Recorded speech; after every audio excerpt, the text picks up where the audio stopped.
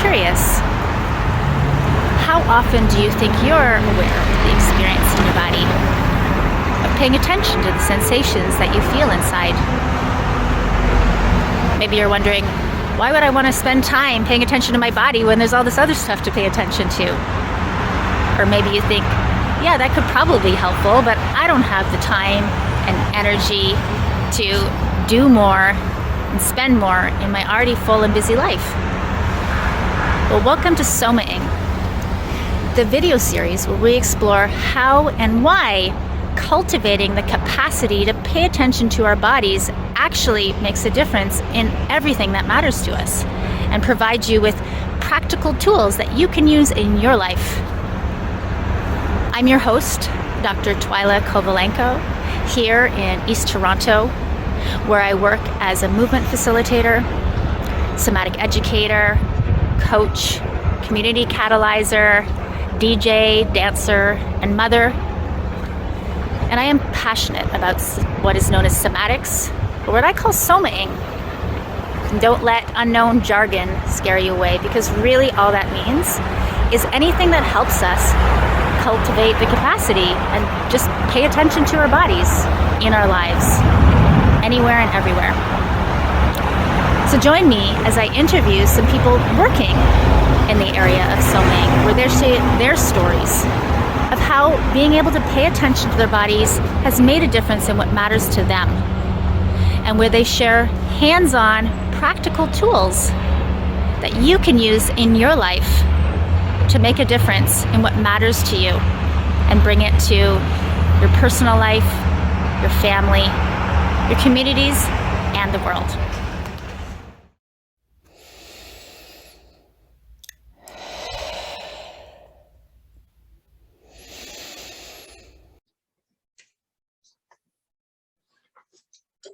So today on the show, I get to welcome Laura Friedman. And I know Laura first from dance, and we've known each other for a number of years in dance. Laura is a beautiful, passionate dancer. And Laura was also one of the main reasons why I joined a kickboxing gym a number of years ago. That was wonderful, just having that outlet, having that movement, having that community. So I don't know if I ever said thank you, but when I had gone to visit a local kickboxing gym, Laura was there, and I kind of took it as a sign that I need this right now, and it was great. And so lately I've seen some of your sharing that you've posted on social media, and some really powerful work that you've been doing. So I wanted to have a chance to interview you and hear more about your journey, how your connection to your body has supported you, and invited you to join today. Well, thank you. I forgot about the kickboxing part. Yeah. So you reminded me of it. We were both taking our anger out again on the punching bags. Yeah. Healthy outlets of emotion. Yeah. I think that work really helped me just be a lot more solid and grounded in my own body. So I love that kind of stuff. So is there anything else that you wanted to share with our audience about who you are? It's important to you. Yeah, absolutely. So, I go by Laura Friedman, but sometimes people prefer Laura. But I'm was born and raised in Colombia, and I came to Canada in 2000, so almost 20 years ago. I had to leave because of war and kidnapping threats, and it was just kind of a traumatic trip over here to Canada overnight suddenly. And I live here with my two kids. They're 10 and 12, and I work as a filmmaker. My films deal with themes around social justice, themes around gender equality and human rights and intergenerational trauma, epigenetics, healing, transformation. And so during the day, I'm kind of working on films and documentaries and TV series. And then by night, I I weave, which is something that I started to do. I've wanted to do all my life, and I started doing it when I got sick exactly a year ago with trigeminal neuralgia. It was kind of the catalyst. And yeah, I love, if I'm not working on films or with my children or weaving and with friends and family, if there are no COVID restrictions, you will find me on the ecstatic dance floor where I met you, Twyla, many years ago. Yeah. So, yeah. Well, I'm really interested in this, you know, this experience that you had dealing with severe illness. And I also wanted to just open it up, if that's, you know, when we're talking here about how the capacity to attend to your body, to be in your body, to pay attention to your body has made a difference in your life. Maybe I'll ask you, you know, what do you feel called to share with us in terms of one of the biggest impacts you see in an area that really matters to you? Around, you mean around, can you repeat around the body? And so I would say that what I've discovered in the last year since I got sick has been extremely powerful. And so maybe I'll just share with you what it is that I got. So what I got was something called trigeminal neuralgia, which is a very rare condition. I had never heard of it before. It mostly affects women in 50 and up. I'm 39, so it was kind of rare that I got it. It also affects men, but it's usually later in life.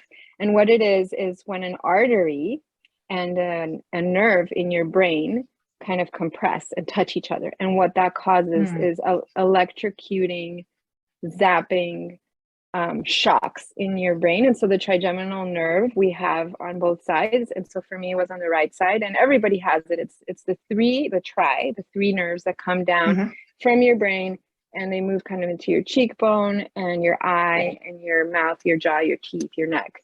And so it's you know, if you've been to the dentist and you've ever done any dental work and you have an exposed nerve and the dentist will touch it, it's even, I can't even describe it. It's from a pain. You know, I've had 2 children. I've given birth twice, and this was worse. So on a pain scale, it's like a 13, 14. It's known as the most painful condition to a human being. It's actually unfortunately called the suicide disease, because many people will not be able to handle the pain. And so what happens is there are different types of medicines, and a lot of the medication is anti-epileptic medication that will calm it, but then it has a lot of side effects, right? When I took that medication, it kind of turned me into a zombie. Other alternatives for healing are surgery, actual brain surgery. So they'll go in and cut your head open and go in and put a little pill and decompress the nerve so that it doesn't stop. So, but I've always been very curious about holistic healing and alternative ways of achieving health.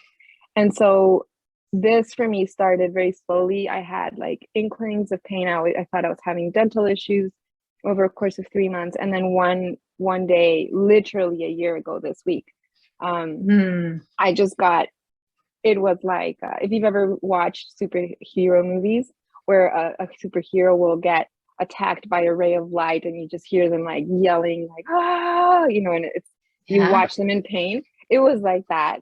And so, you know, I took myself to the hospital, nothing helped. It was COVID. Nobody knew. There was waiting lines. Like, I didn't know what I had. I was trying to get an MRI. Is it a tumor? What is it? And eventually it became clear that it was this rare thing. And so what I've discovered, I mean, I've had a very long journey around that. And so I've always been interested in alternative ways of healing, and not just through medicine, but also through food. And for the last 2 years, I've been doing a lot of somatic work with a coach, Dr. Nima Rahmani, who has been teaching me a lot about nervous system regulation and all based on polyvagal theory and inner child work, and working on trauma enmeshments, and becoming trigger proof. This concept of, you know, there's a trigger that happens and there are things that happen to our nervous system. And there are ways to kind of master and really understand how our nervous system works and how to dance with it, how to so that we don't become completely at the effect of the nervous system, but more that we understand what's happening and we kind of are able to maneuver through it. So I've been doing this somatic nervous system work for 2 years, and so you're doing it before this condition happened. So you're already kind of deep into this work. Yeah. And so I think it is that work, that foundation that I had that allowed me to tackle this incredibly painful, unreal experience that I don't wish on any human being. Because, I've come to understand that the nervous system has these different reactions, right? When there's a trauma, you can shut down. You can go in what's called dorsal, and you just shut down. Many people associate this with depression. It's a kind of a state of depression. And I believe that if we are in a shutdown for long enough, we start to think, I am a depressed person. But I have, through my experience and seeing people doing this kind of work, is that there are ways to get out of this shutdown. It doesn't need to define you, and it's not permanent. And so and there's also the sympathetic, when you go fight, flight, or freeze, we all know that. And that's when we feel threatened, or we have to defend ourselves, or, there's danger, there's trauma. And so that usually manifests in anxiety. Like I used to have panic attacks a lot when I was in a very anxious time in my life where I was going through a lot of difficulties. And that's really helped for me. I haven't had panic attacks again. And then there's this, the happy state, the ventral state, like you and I are in the state, you're calm, or like in peace. So when I got this, and I had to stop being with my children, I couldn't care for my children. I couldn't eat, talk, move, any even like your hair doing this will trigger an attack. And it's like, for me, the attacks lasted 5 to 20 minutes.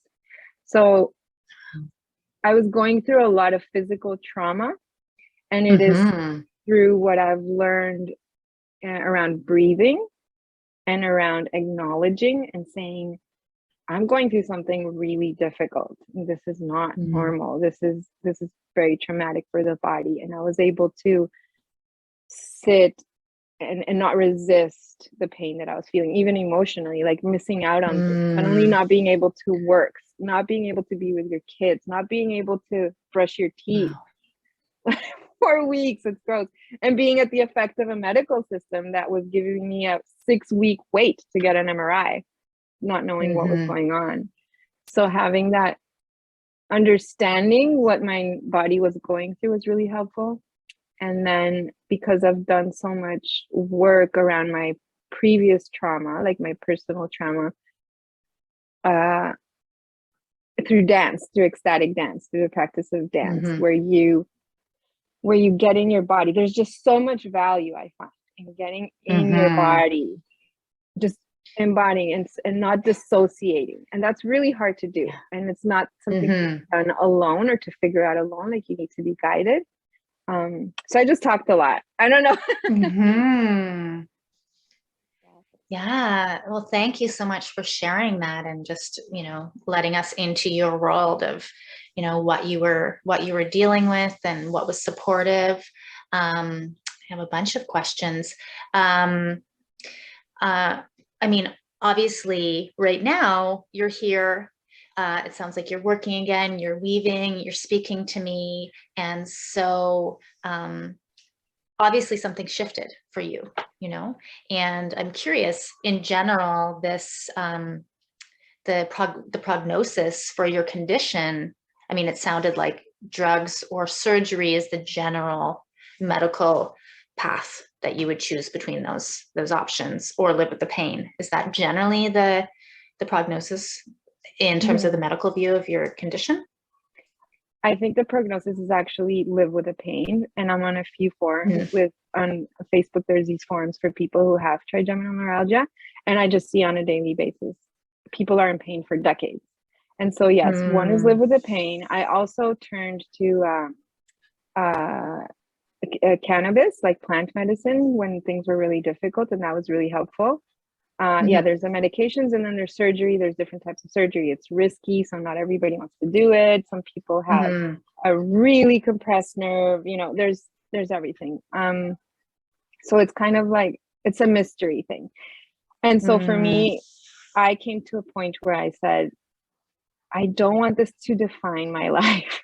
I'm a very active person. I have a lot of things that I want to do in the world. I'm an artist. I'm creating all the time. And I just thought, I don't want to live like this, submit to the thing. So the prognosis was just, we just have to wait and see what happens to you. And what is interesting is that I worked really hard on this embodiment stuff and on the nervous system stuff. And then I also changed my diet and started doing an anti-inflammatory diet.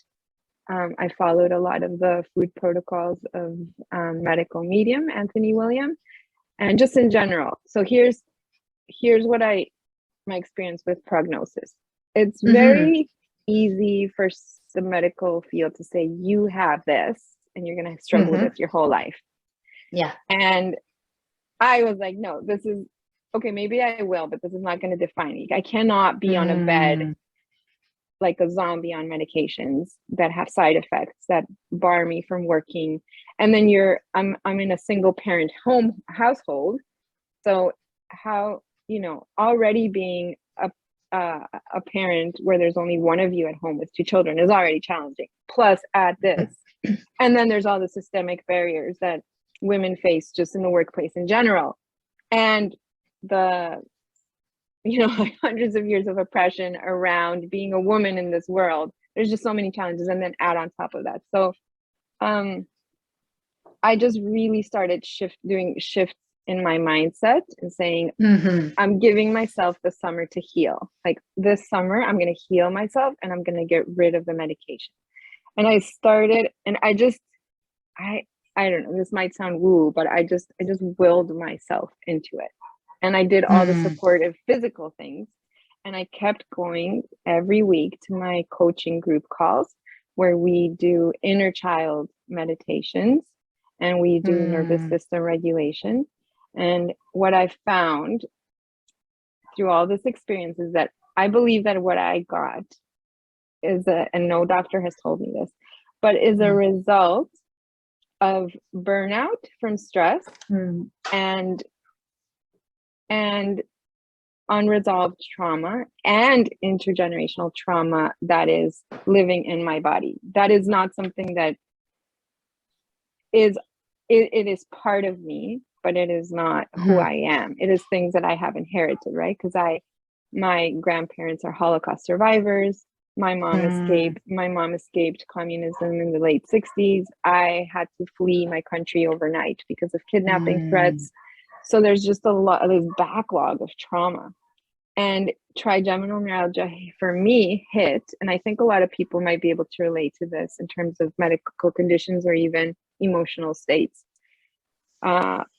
When I felt a lot of pressure because of the pandemic, you know, like we had to isolate. You're at home with two kids. You're supposed to work full time. I'm outnumbered. And I do have a community that supports me. My mom is my biggest point of support, my partner. But then remember that time where we couldn't see anybody? We all had to be in our own homes. And it was just like, how is it? This is not normal. This is not how human beings live. You cannot work a full-time job on Zoom and parent two children by yourself and cook and provide emotional support for them. And so that's why, so it's just like the system is an overload and it shuts down. And for some people, it manifests in addiction. For some people in this, for me, it manifested in this strange, bizarre thing. And so, where was I going? Go back to your question.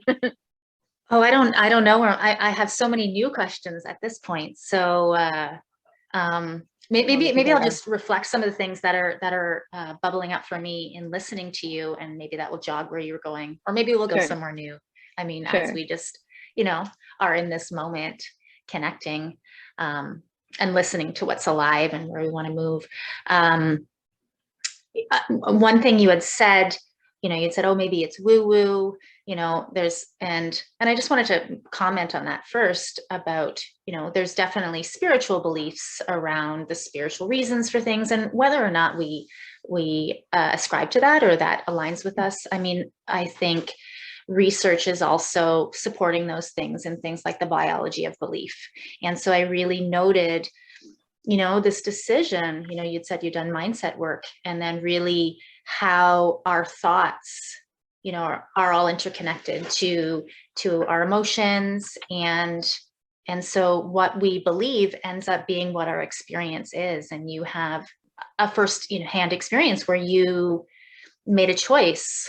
There sounds like there was a lot of surrender around it, and you made a choice of what you wanted to make this mean. And that's also tying into, I had started, I'm not sure if you're familiar with Viktor Frankl and Man's Search for Meaning, because I recently reread it, and I had already been thinking about it. And then you mentioned your grandparents being Holocaust survivors, and thinking about, if we have a sense of meaning for what we experience or our suffering, it allows us to have a different relationship to it.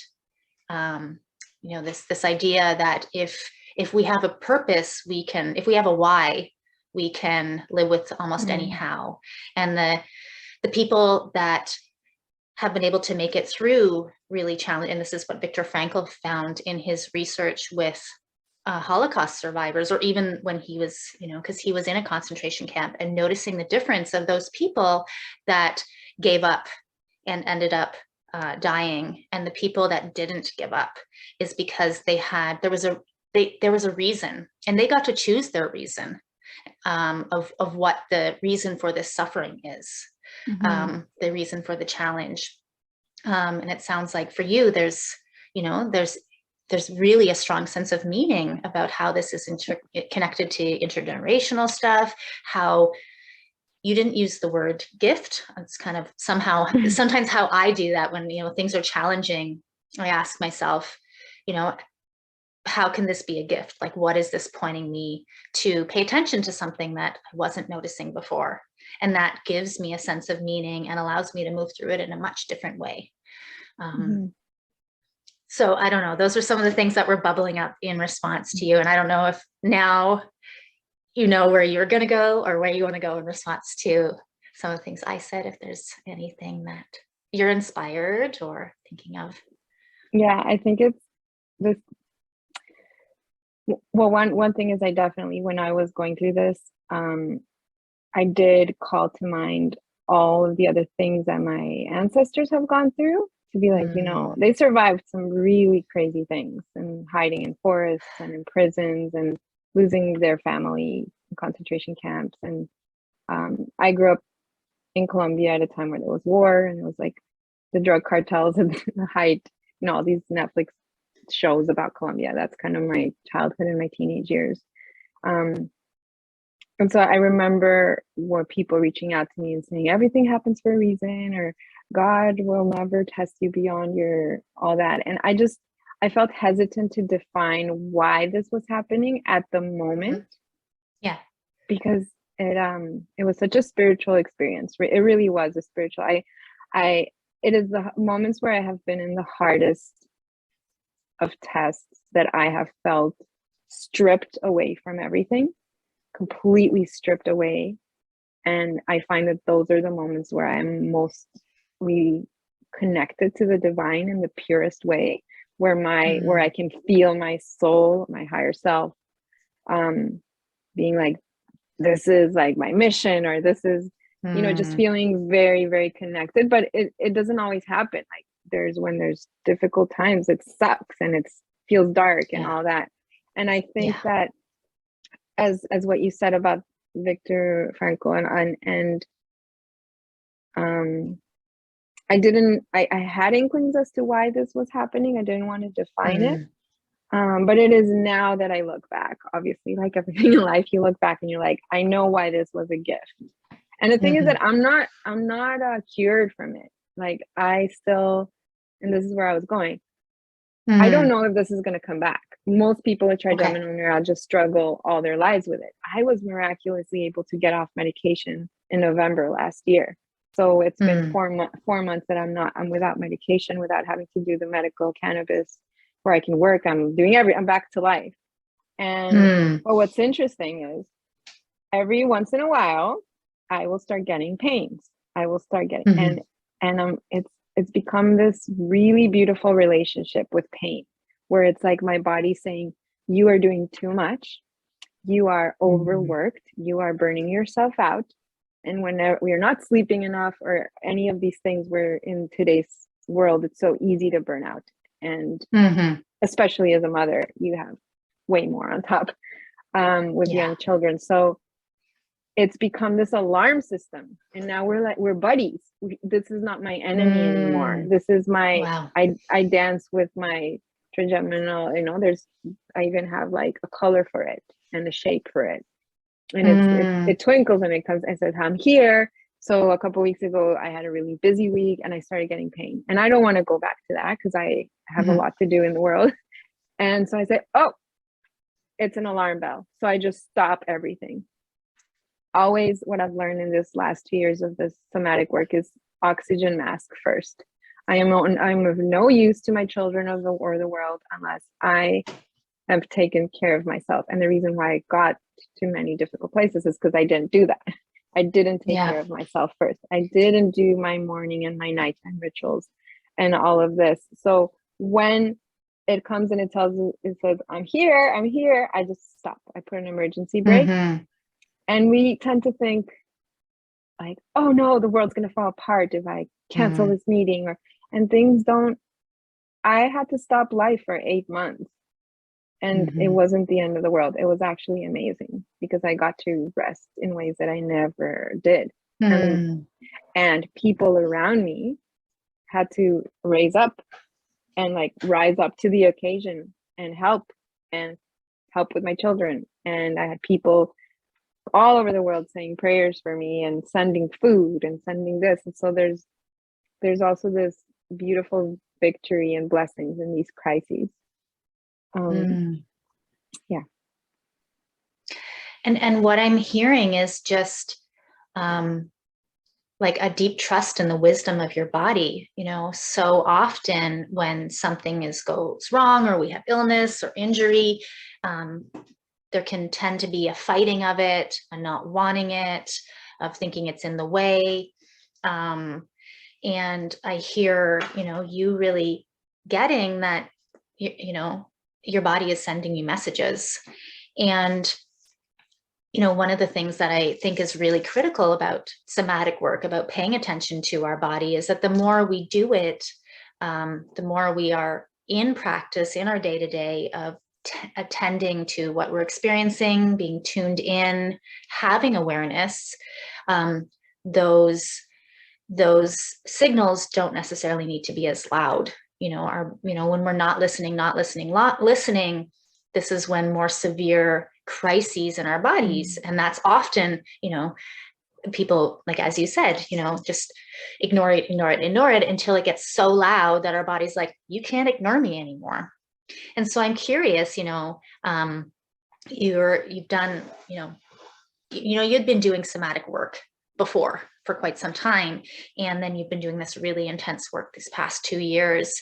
And it sounds like you're in this place now of really being aware of like, oh, this is a message. And I'm wondering, have you noticed that maybe those messages don't need to be as loud or intense, or are they still? Like, I'm just wondering what your relationship is of like when you start tuning in and get the signal that you need to slow down, or that there's something else that your body's asking for in that moment. Yeah, that's so interesting because there's like a double side to that. One is when the signals come in, it's very easy to go back into the trauma of it. Like, and I've had those moments where I feel I might break down crying, which is okay, and be like, I don't want to go there again, and I freak out.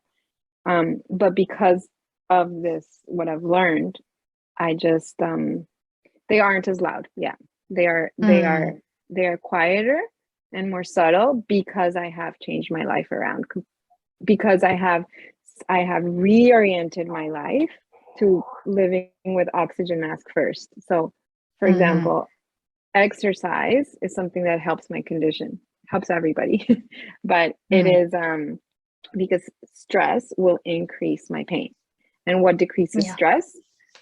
Movement, proper sleep, exercise, proper health, all of these things. So the signals are less because I'm listening. The signals are less intense because I'm listening and honoring the time and space that I need. And I wanted to mention this thing about ignoring or saying, no, it's fine, I'll be okay, I'll just keep going, I'll just keep going. And you know, my coach always says, what you resist persists. So if I whatever situation, and I'm trying to think of an example, like I was in a relationship, like in my marriage, where things were very toxic, and there were many it was just a codependent relationship, and I mean, I'm not going to go into details with it here, but there were a lot of times that I should have said no, or that, you know, just put boundaries of different sorts, and I didn't. And it's just like the lesson is there, you know, there's the lesson. Like the universe is asking you to learn something, and you keep resisting, and many times we resist because we're afraid to feel the pain. I don't want to feel that. I don't want to sit here in my tears. I don't want to, but I have found the most cathartic moments are when I will sit, you know, let's say something triggers me. Like, let's say there's an experience, because I have like experiences around being sexually assaulted. And so let's say I will watch something, or someone will say a comment about sexual abuse of some sort or physical abuse. And that will trigger me because I have that lived experience. And so the only way out is of that trigger that basically puts, like for me, I can be 39 years old, but I will revert to my old age, my younger age when I was experiencing that, right? And the only way that I can come out of that and snap into it and get back into life is by sitting with that younger version of myself and just sitting in that pain. And so that's like the pain of a trauma, but it works the same with the trigeminal neuralgia pain I had, to sit with it and say, okay, you're here.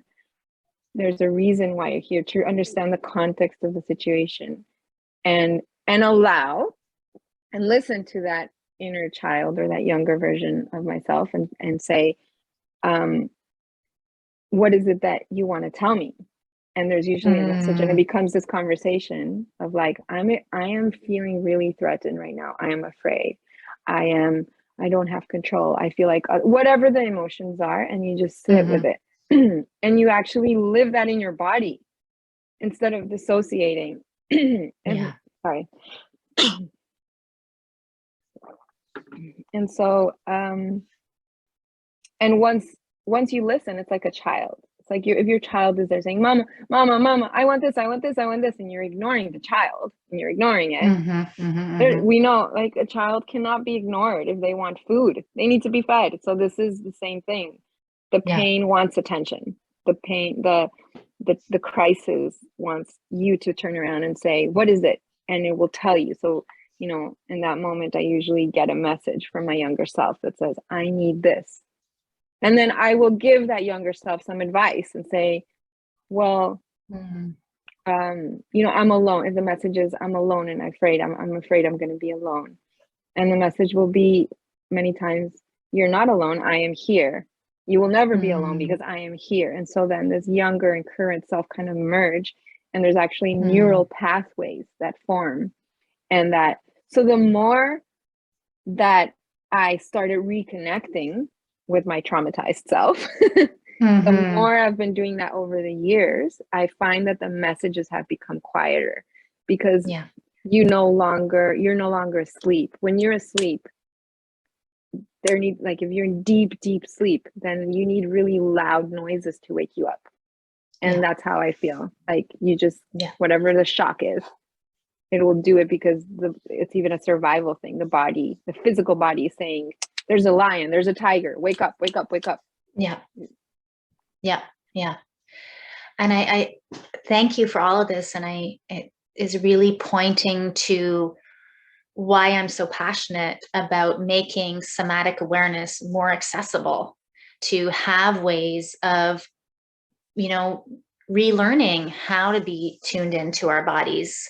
Because when, you know, because I wasn't growing up, I wasn't taught or even given an idea that it's important. If anything, I should not listen to my body, and I should listen to authority, or I don't know what I need to eat. My parents know what I need to eat, or whatever it is.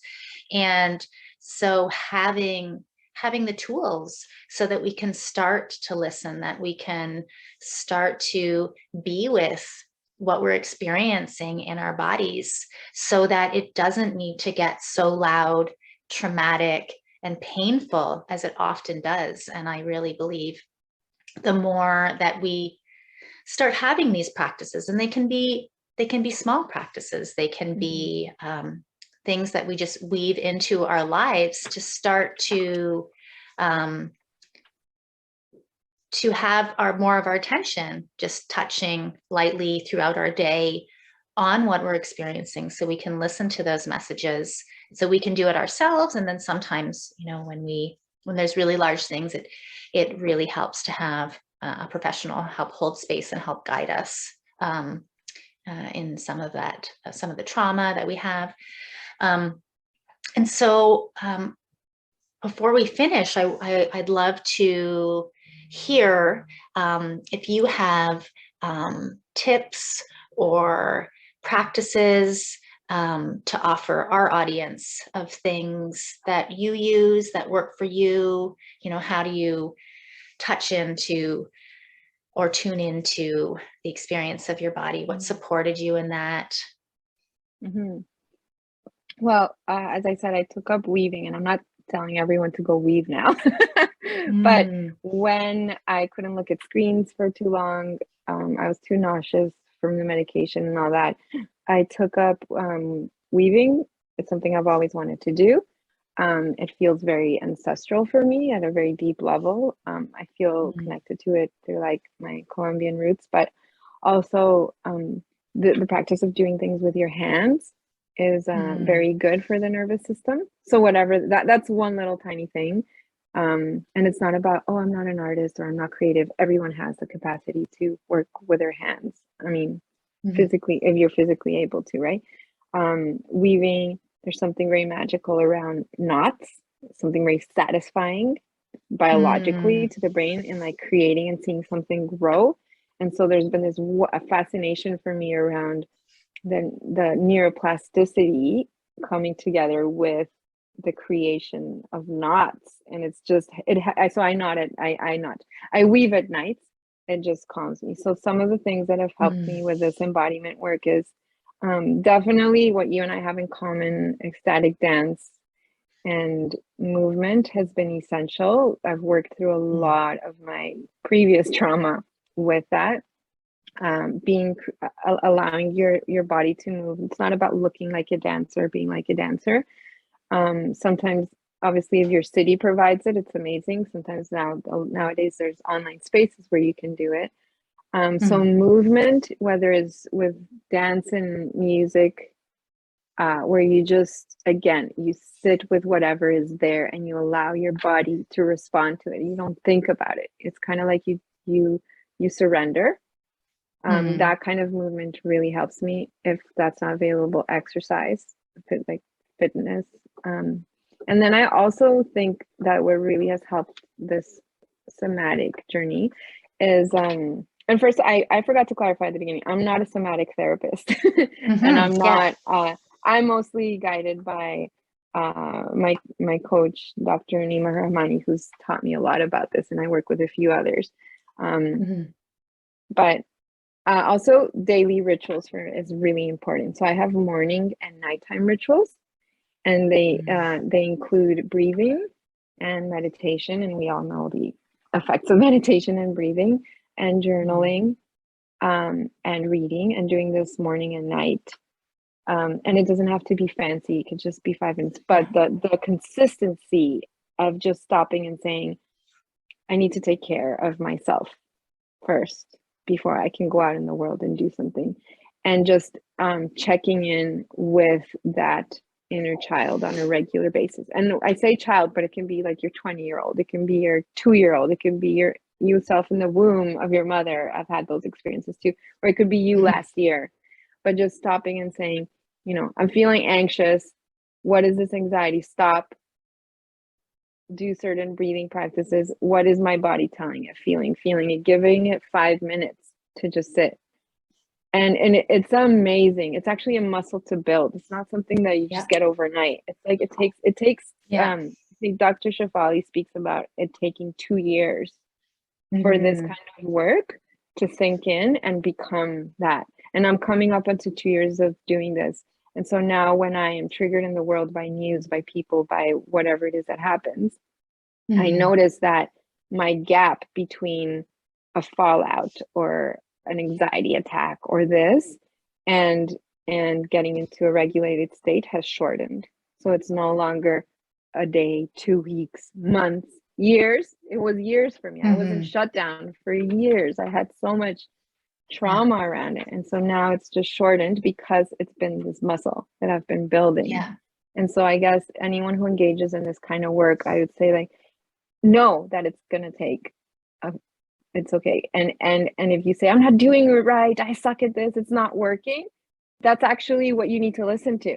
Like, what is that part of yourself that's saying, I can't do it? Is it your perfectionist? Okay, it's your perfectionist. Where does that come from? What happened in childhood that made you feel this? And then go back to that moment and live it in your body. The more we actually allow that space. And as I said, it doesn't have to be a fancy 1-hour workshop. Are you doing this? It can just be like a 5-minute break, and you can afford a 5-minute stop, pause, a sacred pause for 5 minutes. Yeah, exactly. And that's what I think is really important. You know, we are collections of patterns of movement. You know, the way we move for life is all these patterns that we've reinforced and reinforced and reinforced.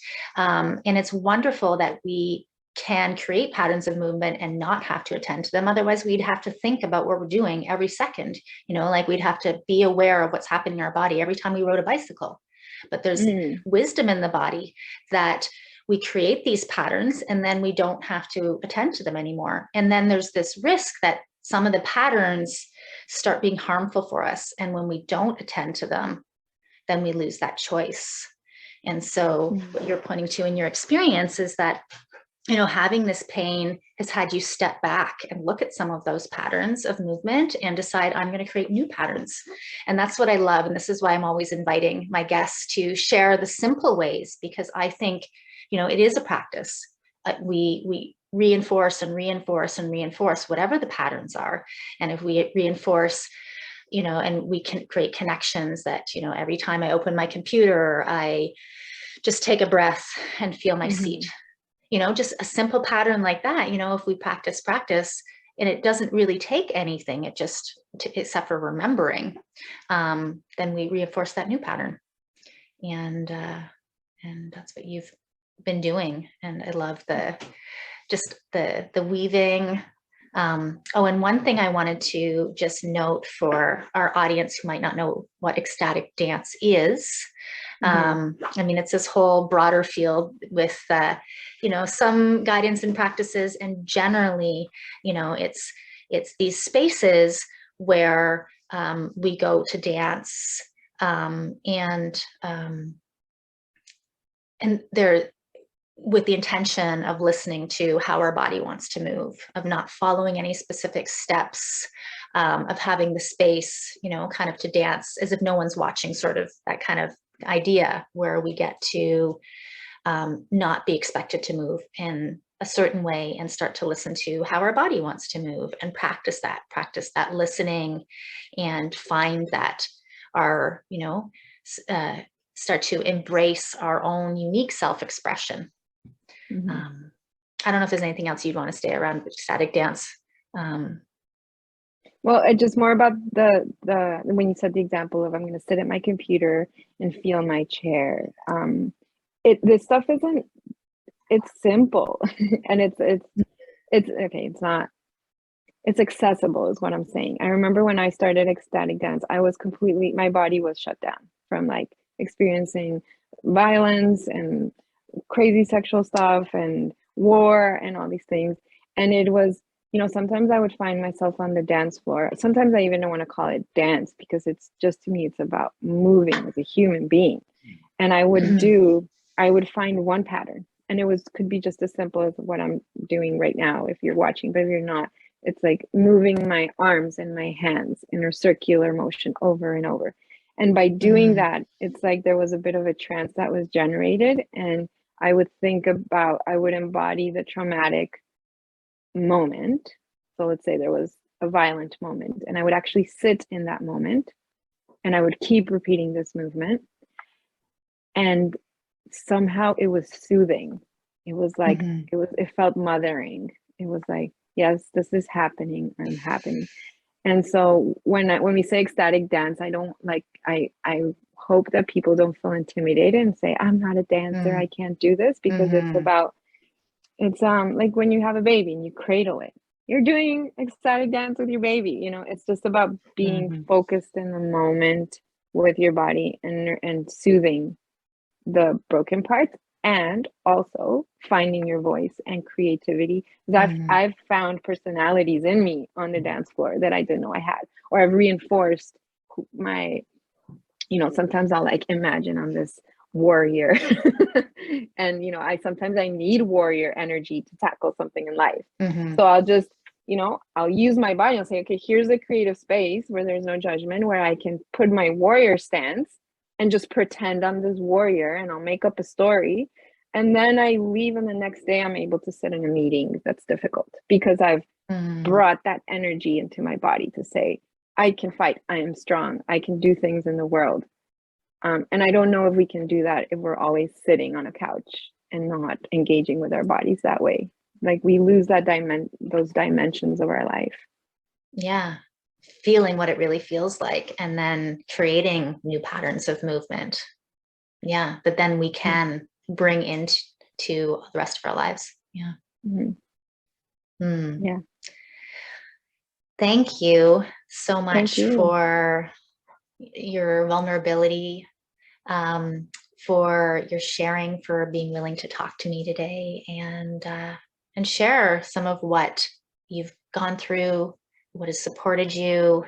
There's a lot in me that I felt really moved by your sharing.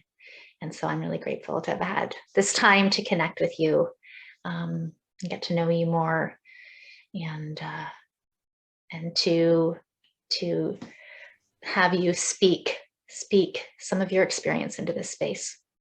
Yeah, I'm so grateful for you for asking. You know, I just, I always think when people ask about my experience, I'm like, like everybody goes through things. I'm not the only one that's been through difficult things. But at the same time, I've been through a lot of crazy things, and I've overcome them, and I'm at a place where I can say I'm proud of how far I've come, and I want to celebrate that. And most importantly, I want to, if anything I say can help other people through their things, that's what we're here, like serving others, and our stories affect healing and affecting others is just such a gift, right? Yeah. So thank you for opening this space and like your podcast and all the stories that you're telling. It's I know you're gonna have more guests, and I'm sure it's gonna be more and more what is it, like a gift for people. Yeah, I'm already seeing how it is for me, for the few people that have found it so far, and for the guests too, who get to be witnessed and get a space to share. Right. So important. Yeah. All right. Well, thanks so much, Laura. Yeah. Thank you, Twyla.